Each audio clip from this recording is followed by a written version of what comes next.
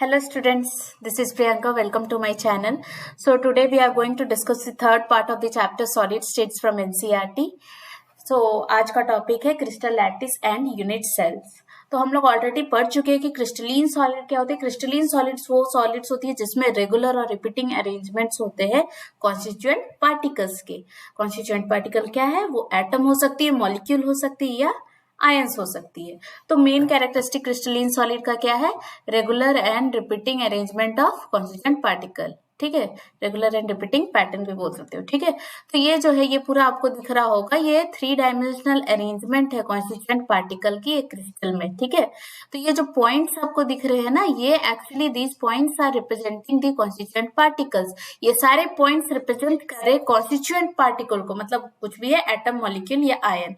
ठीक है, ये सिंप्लिसिटी के लिए हम पॉइंट से डिनोट करें, बट एक्चुअली में ये क्या है, यहाँ पर स्फीयर्स है, जो हर पॉइंट पे एक्चुअली स्फीयर्स है जो एक दूसरे को टच करे। ठीक है, गैप्स बहुत कम है, सॉलिड है ना, गैप्स बहुत कम होगी कॉन्स्टिट्यूएंट पार्टिकल के बीच में। सिंप्लिसिटी के लिए हम इसे, ठीक है, छोटे छोटे डॉट से रिप्रेजेंट कर रहे हैं। ठीक है, तो चलो सबसे पहले देख लो, तो क्रिस्टल लैटिस किसको बोलते हैं? A regular 3 dimensional arrangement of points in space is called crystal lattice.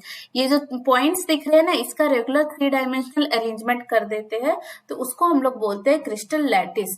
तो उससे पहले देख लो, ये जो पॉइंट्स है उसे हम लोग लैटिस पॉइंट भी बोलते हैं या लैटिस साइट बोलते हैं। ठीक है, ये पॉइंट जो है वो रिप्रेजेंट कर रहा है कॉन्स्टिट्यूएंट पार्टिकल के सेंटर को। सपोज यहाँ पे कॉन्स्टिट्यूएंट पार्टिकल एक है, ठीक है, स्फेरिक, एक्चुअली में ये स्फेरिकल है ना, तो ये जो पॉइंट है ये लैटिस पॉइंट या लैटिस साइट बोलते हैं इसको। ठीक है, ये पॉइंट्स को जहां पर कॉन्स्टिट्यूएंट पार्टिकल प्रेजेंट है। तो नेक्स्ट देख लो, तो यहाँ पर क्या है, क्या कैरेक्टरिस्टिक दी हुई है क्रिस्टल लैटिस की। ये क्रिस्टल लैटिस की क्या क्या कैरेक्टरिस्टिक है? तो पहली कैरेक्टरिस्टिक क्या है कि हर पॉइंट जो है, ठीक है, ये रिप्रेजेंट कर रहा है लैटिस पॉइंट या लैटिस साइट की। ये सारे points, these points are representing lattice site और लैटिस पॉइंट। ठीक है, हर पॉइंट को हम लोग लैटिस साइट या लैटिस पॉइंट बोलते हैं। नेक्स्ट क्या है, हर लैटिस पॉइंट रिप्रेजेंट कर रहा है कॉन्स्टिट्यूएंट पार्टिकल को। एवरी लैटिस पॉइंट, हर लैटिस पॉइंट पे कॉन्स्टिट्यूएंट पार्टिकल प्रेजेंट है, जो एटम, मॉलिक्यूल या आयन कुछ भी हो सकती है। ठीक है, नेक्स्ट है lattice point are joined by straight line to bring out the geometry of the lattice. ये तो लाइन से ज्वाइन कर दिए हम, तो हमें पूरा लैटिस मिल गया है ना, क्रिस्टल लैटिस मिल गया। तो ये आपको याद रखनी है क्या कि कैरेक्टरिस्टिक क्या है क्रिस्टल लैटिस की, हो गई। तो एक चीज और है, ऐसे अगर हम इसे टोटल 14 पॉसिबल 3 डायमेंशनल लैटिस बना सकते हैं, जो हम आगे पढ़ेंगे, जिसको हम लोग बोलते हैं ब्रेवाइस लैटिस। ठीक है, ये तो ये क्यूबिक है, और भी बहुत सारे होते हैं, क्यूबिक, टेट्रागोनल, रोम्बोहेड्रल, ट्राइक्लिनिक, जो हम आगे पढ़ने वाले हैं। ठीक है, समझ में आ गई। ये जो पॉइंट्स है ये लैटिस पॉइंट है। हर लैटिस पॉइंट रिप्रेजेंट करता है एक कॉन्स्टिट्यूएंट पार्टिकल को। इसी लैटिस पॉइंट को अगर हम स्ट्रेट लाइन से ज्वाइन कर देते हैं, तो हमें पूरा क्रिस्टल लैटिस का ज्योमेट्री मिल जाता है। नेक्स्ट क्या है, देखो ये तो पूरा आपको दिख रही है, ये पूरा क्यूब जो है एक छोटे छोटे क्यूब से बने हैं, राइट। हर क्यूब जो है ये छोटे छोटे क्यूब से बने हैं। ओके, तो ये जो छोटे क्यूब्स आपको दिख रहे होंगे ना, इसको वन ऑफ द क्यूब, इसको क्या बोलते हैं हम लोग? यूनिट सेल बोलते हैं। मतलब ये पूरे क्रिस्टल लैटिस का एक पार्ट ले रहे, एक छोटा पार्ट लेंगे, है ना, जिसको हम लोग बोलते हैं यूनिट सेल।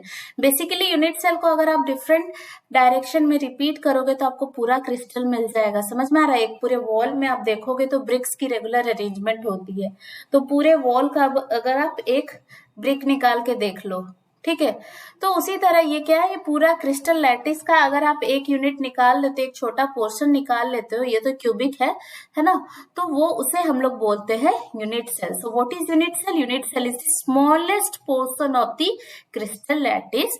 ये क्रिस्टल लैटिस का ये दिख रहा है ना ऑरेंज कलर, ये है यूनिट सेल, जिसको अगर हम डिफरेंट डायरेक्शन में रिपीट करेंगे तो हमें पूरा क्रिस्टल मिल जाएगा, इंटायर क्रिस्टल जनरेट हो जाएगा। ठीक है, जैसे आप अगर रूबिक्स क्यूब देखते हो, ठीक है, रूबिक्स क्यूब देख रहे हो, तो ये पूरा अगर सोच लो कि क्रिस्टल लैटिस की तरह है, अगर आप एक पर्टिकुलर छोटा वाला क्यूब ले लोगे तो वो है आपका यूनिट सेल।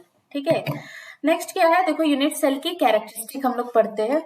तो बेसिकली यूनिट सेल की क्या कैरेक्टरिस्टिक है, यहाँ पर पहला तो इसकी जो डायमेंशंस है ना, मतलब जो तीनों एजेस है ए बी सी, आपको पता होगा ना क्यूब की यहाँ पर क्या डायमेंशन क्या होती है, ये तीनों जो एजेस है, तो लेंथ विथ और हाइट यहाँ दिख रही है, लेंथ विथ और हाइट है ना, ए बी, और ये है हाइट देखो सी।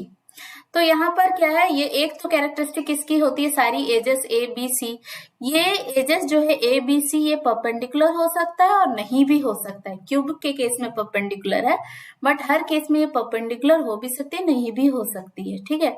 तो पहली तो इसकी डायमेंशन, दूसरी हो गई एंगल। तो ये देखो अल्फा एंगल जो है ना, वो है बी और सी के बीच में, है ना, एंटी क्लॉकवाइज जाओ, देखो बीटा है सी और ए के बीच में, और गामा एंगल जो है वो ए और बी के बीच में है, ठीक है। तो ये 6 पैरामीटर्स है ना, किसी यूनिट सेल के, यहाँ पर A B C alpha beta gamma, है ना, ए बी सी जो एजेस हो गए और अल्फा बीटा गामा जो है एंगल्स हो गए, ठीक है। नेक्स्ट हम लोग यूनिट सेल की क्लासिफिकेशन हम लोग पढ़ते हैं। तो देख लो यूनिट सेल को हम लोग बेसिकली, यहाँ पे मैं बताती हूँ, देखो यूनिट सेल को अगर हम क्लासिफाई करते हैं तो बेसिकली 2 टाइप्स में कर सकते हो, हैं। एक हो गया प्रिमिटिव यूनिट सेल, ठीक है, first one is primitive unit cell and second one is centred unit cell, और दूसरा है सेंटर्ड यूनिट सेल, ठीक है, एक प्रिमिटिव और दूसरा सेंटर्ड यूनिट सेल। तो ये जो प्रिमिटिव यूनिट सेल है ना, प्रिमिटिव यूनिट सेल में क्या होती है, देखो कोई भी अगर आप क्यूबिकल अगर यूनिट सेल ले लेते हो ना, क्यूबिकल यूनिट सेल लेते हो मतलब क्यूब के फॉर्म में, तो प्रिमिटिव यूनिट सेल में क्या होता है, जो कॉन्स्टिट्यूएंट पार्टिकल होते हैं सिर्फ कॉर्नर्स पे प्रेजेंट होते हैं। जैसे ये कॉर्नर्स दिख रही है आपको, टोटल 8 कॉर्नर्स है ना, ये देखो यहाँ पे 4 ऊपर और 4 नीचे, 4 above एंड 4 below, तो ये 4 पॉइंट्स पे अगर सिर्फ कॉन्स्टिट्यूएंट पार्टिकल इस तरह से प्रेजेंट है ना, यहाँ पर है ना, यहाँ पर, तो अगर सिर्फ कॉर्नर पोजीशन पे कॉन्स्टिट्यूएंट पार्टिकल प्रेजेंट होते हैं जिस यूनिट सेल में, तो उस टाइप की यूनिट सेल को हम लोग बोलते हैं प्रिमिटिव यूनिट सेल। समझ में आई? When constituent particles are present only at the corner position, सिर्फ कॉर्नर पोजीशन पे, सिर्फ कॉर्नर पोजीशन पे है, तो उसको हम लोग बोलते हैं प्रिमिटिव यूनिट सेल। नेक्स्ट हम लोग पढ़ते हैं सेंटर्ड यूनिट सेल। तो सेंटर्ड यूनिट सेल क्या होता है? सेंटर्ड यूनिट सेल में इसको हम फर्दर 3 टाइप में क्लासिफाई कर सकते हैं। एक हो गई बॉडी सेंटर्ड यूनिट सेल, ठीक है, एक हो गई बॉडी सेंटर्ड, दूसरी होती है face centred, second one is face centred unit cell and third one is end centred, ठीक है, तीसरी है एंड सेंटर्ड, ठीक है। तो अब हम लोग सेंटर्ड यूनिट सेल पढ़ते हैं। तो सबसे चलो नेक्स्ट पढ़ते हैं बॉडी सेंटर्ड यूनिट सेल क्या है ना। तो एक चीज याद रखनी है, देखो प्रिमिटिव में क्या बताई थी कि कॉन्स्टिट्यूएंट पार्टिकल सिर्फ कॉर्नर्स में प्रेजेंट रहते हैं। सेंटर्ड यूनिट सेल में क्या होते हैं, कॉर्नर के साथ साथ जो ये कॉन्स्टिट्यूएंट पार्टिकल है ये और भी जगह पे प्रेजेंट रहते हैं, है ना। ऐसा नहीं है कि सेंटर्ड यूनिट सेल में सिर्फ सेंटर में हो गए, बॉडी के सेंटर में या फेस के सेंटर में, है ना, वो एडिशनल है, ठीक है, कॉर्नर्स में है उसके साथ साथ, ठीक है, और भी जगह पे कॉन्स्टिट्यूएंट पार्टिकल प्रेजेंट है।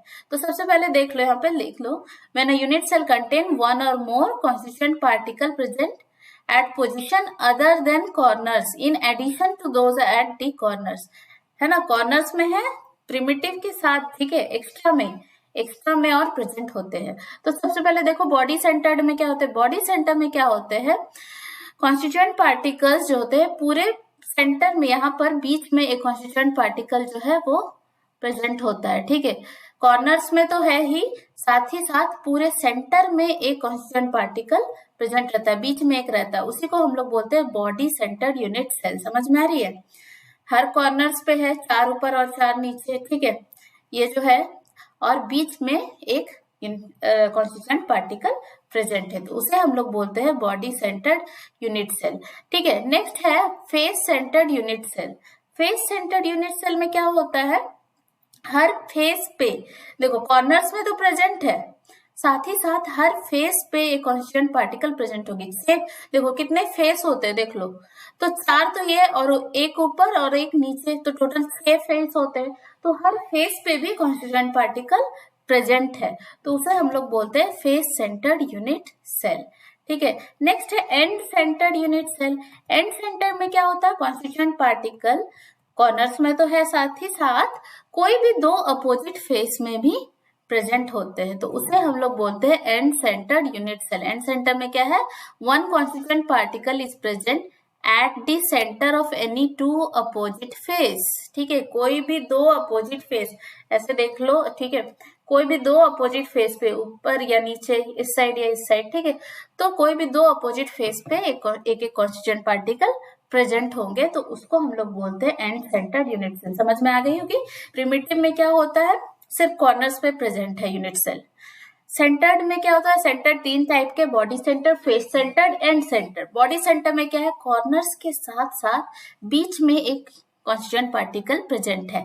फेस सेंटर में क्या है, हर फेस में, है ना, क्यूब के, यहाँ पे तो हम लोग क्यूबिक ले रहे हैं, ठीक है, और भी different type of unit cell हम लोग पढ़ेंगे, है ना, तो हर फेस पे कॉन्स्टिट्यूएंट पार्टिकल प्रेजेंट है। एंड सेंटर में कोई भी दो अपोजिट फेस पे, कोई भी दो अपोजिट फेस पे अगर कॉन्स्टिट्यूएंट पार्टिकल प्रेजेंट है along with those present at the corner, corners के साथ साथ, ऐसा नहीं कि कॉर्नर्स में नहीं है, सिर्फ बीच में प्रेजेंट है, ठीक है, कॉर्नर्स पे है और एडिशनल में ये सारे हैं, ठीक है। तो चलो अब हम लोग पढ़ते हैं अलग अलग टाइप के, जैसा कि हम लोग पहले पढ़े थे कि ब्रेवेस लैटिस टोटल 14 टाइप्स के जो डिफरेंट क्रिस्टल सिस्टम है, ठीक है, यहाँ पे देखो दी हुई है, cubic, tetragonal, rhombic, hexagonal, rhombohedral, monoclinic, triclinic. तो ये हम लोग पढ़े थे कि जो 6 पैरामीटर्स होते हैं, 6 पैरामीटर्स होते हैं किसी भी यूनिट सेल के, एक तो ए बी सी जो उनके एजेस होते हैं, और नेक्स्ट उनके बीच की जो एंगल्स होती है अल्फा बीटा गामा, तो उसके बेसिस पे हम लोग डिफरेंट क्रिस्टल सिस्टम को पढ़ेंगे। तो यहाँ पर देख लो, सबसे पहले मैं यहाँ एग्जांपल से स्टार्ट करती हूँ, ज्यादा समझ में आएगी आपको, है ना। यहाँ पे देखो, क्यूबिक, क्यूबिक पहला क्रिस्टल सिस्टम है क्यूबिक। क्यूबिक में क्या होता है, क्या क्या पॉसिबल वेरिएशन है। क्यूबिक में प्रिमिटिव क्यूबिक यूनिट सेल हो सकती है, बॉडी सेंटर्ड हो सकती है, फेस सेंटर्ड हो सकती है। तो क्यूबिक की क्या होती है, उसमें सारे एजेस बराबर होते हैं, है ना। नॉर्मल क्यूब देखो ना, सारे edges a equal to b equal to c, सारे एजेस बराबर होते हैं, और सारे एजेस के बीच में एंगल्स जो होती है अल्फा बीटा गामा वो 90 डिग्री होती है। कहीं पे ऐसा लिखा रहेगा पाई बाई 2, कंफ्यूज मत होना, पाई बाई 2 क्या है, 90 डिग्री ही है ना, तो कंफ्यूज मत होना अगर पाई बाई 2 दिया रहेगा तो, ठीक है। तो एग्जांपल्स क्या क्या है, सोडियम क्लोराइड, जिंक ब्लेंड और कॉपर, ये सारे क्यूबिक होते हैं, ठीक है।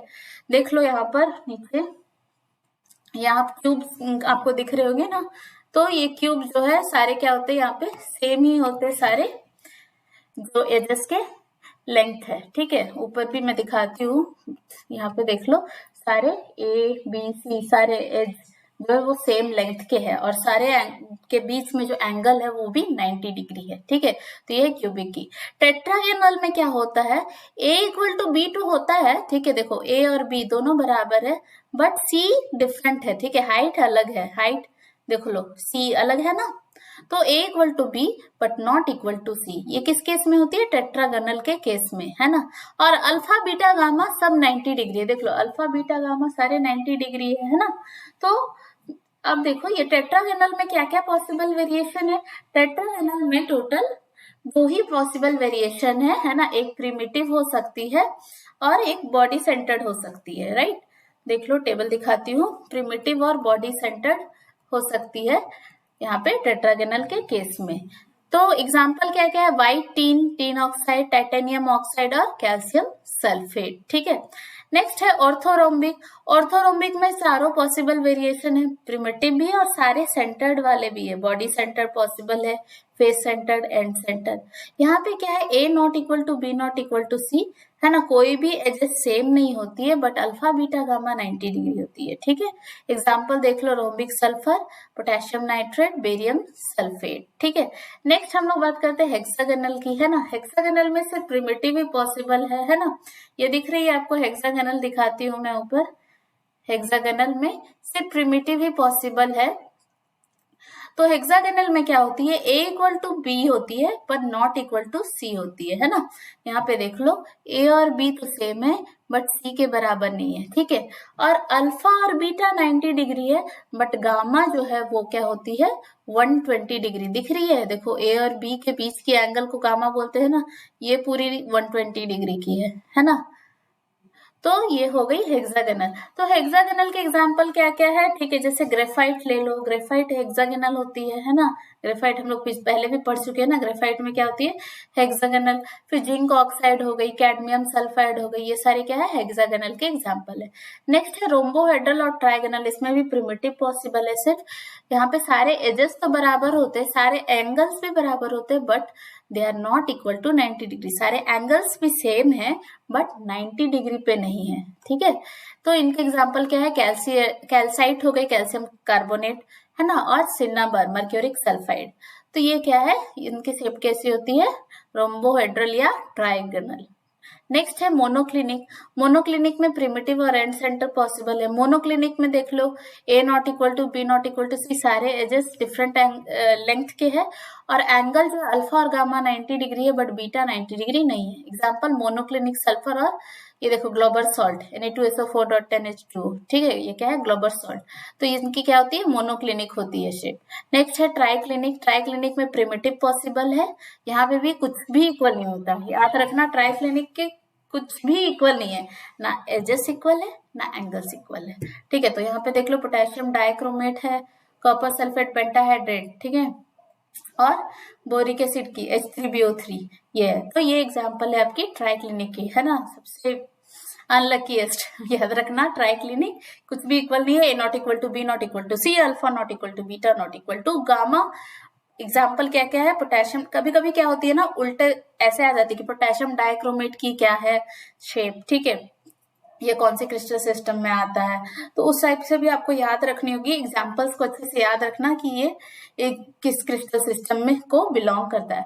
हाँ, तो एक और चीज हमने पढ़ा था ना कि 14 पॉसिबल वेरिएशन होती है, टोटल 14 ब्रेवाइस लैटिस जो बोलते हैं, देख लो इसको काउंट कर लो। ये जो है primitive cubic, body centred cubic, face centred cubic, इस तरह से आप काउंट करोगे, देखो 3, ये 4 5 है ना, ये देखो 4 हुए ना यहाँ पे, 4 5 प्लस 4 9 10 11 12 13 और ये 14, तो टोटल 14 क्रिस्टल सिस्टम हुए, है ना। समझ में आ गई। यहाँ पर अगर नहीं समझ में आएगी तो आप क्या करो, इसको 3D वर्जन में अच्छे से देख करके इमेजिन करो कि कैसे कैसे ये पॉसिबल वेरिएशंस हो सकती है, और साथ ही साथ इसके एग्जांपल्स को भी जरूर याद रखना। नेक्स्ट हम लोग पढ़ते हैं, ये जो डिफरेंट यूनिट सेल हम लोग पढ़े उसमें टोटल कितने एटम्स प्रेजेंट होते हैं, टोटल कितने एटम हो सकते हैं, ठीक है। तो सबसे पहले हम लोग पढ़ते हैं प्रिमिटिव यूनिट सेल के बारे में, ठीक है। तो प्रिमिटिव यूनिट सेल में देख लो प्रिमिटिव में हम लोग क्या बात किए थे कि जो एटम्स प्रेजेंट है वो सिर्फ कॉर्नर पोजीशन पे प्रेजेंट है ना, सिर्फ कॉर्नर्स पे प्रेजेंट होते हैं और कहीं भी प्रेजेंट नहीं होते। तो ये तो बॉडी सेंटर्ड है, यहाँ पे देख लो ये सिर्फ कॉर्नर्स पे प्रेजेंट है और कहीं भी प्रेजेंट नहीं है ना। तो टोटल देखो 4 ऊपर और 4 नीचे है कॉन्स्टिट्यूएंट पार्टिकल। एक्चुअली मैं क्या बताई थी, ये कॉन्स्टिट्यूएंट पार्टिकल है, ये पूरे स्फेयर है ना, पूरे स्फेरिकल शेप के है जो सारे एक दूसरे को टच कर रहे हैं ना, यहाँ पे दिखाया नहीं गया बट एक्चुअली में क्या है, all the constituent particles are touching each other, है ना। सॉलिड्स में पता है ना आपको, गैप बहुत कम होती है, इंटरमॉलिक्यूलर डिस्टेंस बहुत शॉर्ट होती है, तो एक्चुअली में यहाँ पे सारे कॉन्स्टिट्यूएंट पार्टिकल है। अब प्रॉब्लम क्या है, यहाँ पे जितने जो कॉन्स्टिट्यूएंट पार्टिकल है, सपोज कर लो एटम है, यहाँ पर हर कॉर्नर पोजीशन पे एक एक एटम है ना, टोटल 8 कॉर्नर पोजीशन है।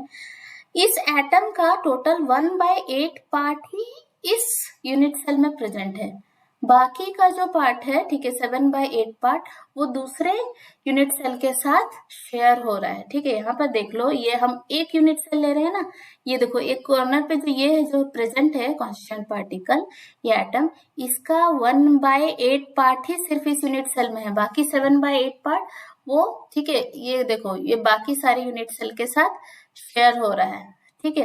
तो हर कॉर्नर पे जितने एटम प्रेजेंट है उसका 1/8 पार्ट ही सिर्फ इस यूनिट सेल को बिलोंग करता है। तो टोटल एटम अगर देखा जाए तो इस यूनिट सेल में कितने होंगे, एक यूनिट सेल में 8 × 1/8 और नॉट, क्यों बोलो, सिर्फ 1/8 पार्ट ही उस यूनिट सेल में है ना, तो टोटल नंबर ऑफ एटम क्या हो जाएंगे, सिर्फ 1। समझ में आई, टोटल नंबर ऑफ एटम क्या होंगे, सिर्फ 1। क्यों, टोटल 8 कॉर्नर है ना, 8 कॉर्नर है, 8 कॉर्नर से, और हर कॉर्नर पे जितने भी है उसका सिर्फ 1/8 पार्ट ही इसमें है, बाकी सब तो दूसरे यूनिट सेल के साथ शेयर हो रहा है। तो इसीलिए 8 × 1/8 अगर देखा जाए तो ये देखो कैंसल आउट हुआ ना, तो ये कितने हो जाएंगे 1, तो टोटल एक ही एटम प्रेजेंट होती है। देखा जाए तो एक्चुअली में एक ही एटम प्रेजेंट है इस यूनिट सेल में, है ना। ये देखो एक्चुअली में ऐसे है, देखो इसका 1/8 पार्ट ही कट करके ऐसे दिखाया गया है, मतलब कि 1/8 पार्ट ही सिर्फ इसमें है, बाकी तो दूसरे यूनिट सेल के पास है। नेक्स्ट हम लोग आते हैं बॉडी सेंटर में। तो बॉडी सेंटर में क्या बोला था कि कॉर्नर पे तो प्रेजेंट है, साथ ही साथ बीच में एक है। तो अच्छा देखो, बीच में एक है, सेंटर में एक है, मतलब वो पूरे उसी यूनिट सेल को बिलोंग करता है, वो किसी और के साथ शेयर नहीं होगा, ठीक है। और कॉर्नर्स में तो एज यूजुअल, तो टोटल कितने एटम्स हो जाएंगे, तो कॉर्नर्स में जितने हैं वो उसका तो 1/8 पार्ट ही सिर्फ इसको बिलोंग करता है। तो टोटल एटम जो कॉर्नर्स में है वो कितने हो गए, एक ही होंगे ना, 8 × 1/8, 8 कॉर्नर से 1/8 सिर्फ इस पे। और सेंटर प्लस सेंटर में भी एक है, तो वो तो पूरा इसी का है। तो ये 8, ये तो क्या कितने हो गए टोटल, 2, है ना। तो यहाँ पे देख लो टोटल 2 एटम्स प्रेजेंट है एक यूनिट सेल में, है ना। किस किस यूनिट सेल में, body centred cubic unit cell में, है ना। इसमें टोटल 2 ही प्रेजेंट है। नेक्स्ट हम लोग आते हैं फेस सेंटर में। तो फेस सेंटर में क्या बोले थे, हर फेस पे एक एक कॉन्स्टिट्यूएंट पार्टिकल है। लेकिन प्रॉब्लम क्या है, जो फेस पे है ना, उसका सिर्फ आधा पार्ट ही इस यूनिट सेल में है, बाकी आधा पार्ट वो किसी और यूनिट सेल के साथ शेयर हो रहा है, ठीक है। Only half of the part of that constituent particle belongs to that particular unit cell, half of the constituent particle belongs to other unit cell, ठीक है। तो देखो टोटल कितने फेस होते हैं, टोटल 6 फेस होते हैं ना, ये 4 यहाँ देख लो, ये 4 हो गए, ये 5 और ये 6। तो अब क्या, कॉर्नर्स पे तो प्रेजेंट है, कॉर्नर्स के तो 1/8 ही इस यूनिट सेल को बिलोंग करता है। अब हर फेस पे है ना एक है, जिसका देखो आधा इसमें है और हाफ जो है वो किसी और यूनिट सेल के साथ शेयर हो रहा है, ठीक है। तो यहाँ पर कितने टोटल एटम्स हो गए देख लो, एक तो 8 × 1/8 जो हम लोग कल कॉर्नर में है ना, 1/8 उसका, और जो यहाँ पे सॉरी हर फेस के सेंटर पे एक एक कॉन्स्टिट्यूएंट पार्टिकल है, उसका आधा ही इसमें है। टोटल कितने फेस होते हैं, टोटल 6 फेस होते हैं, 6 फेस होते हैं, है ना।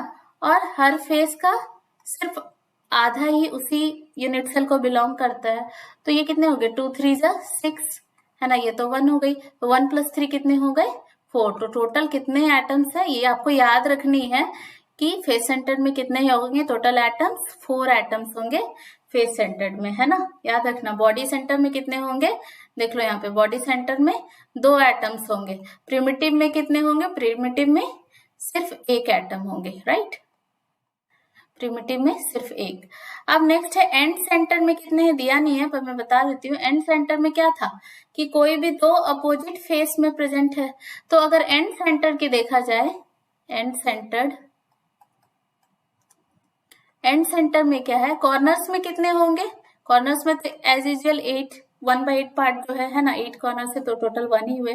और कोई भी 2 अपोजिट फेस में है ना, तो 2 अपोजिट फेस में, लेकिन आधा ही उस यूनिट सेल को बिलोंग करता है। टोटल कितने फेस में है, टोटल 2 ही फेस में है। तो ये कितने हो गए देख लो, 1 + 1 कितने हो गए, 2। तो एंड सेंटर में कितने टोटल एटम्स होते हैं, एंड सेंटर में भी 2 ही एटम्स होते हैं, ठीक है। तो चलो समझ में आ गई होगी आपको। Thank you, bye bye.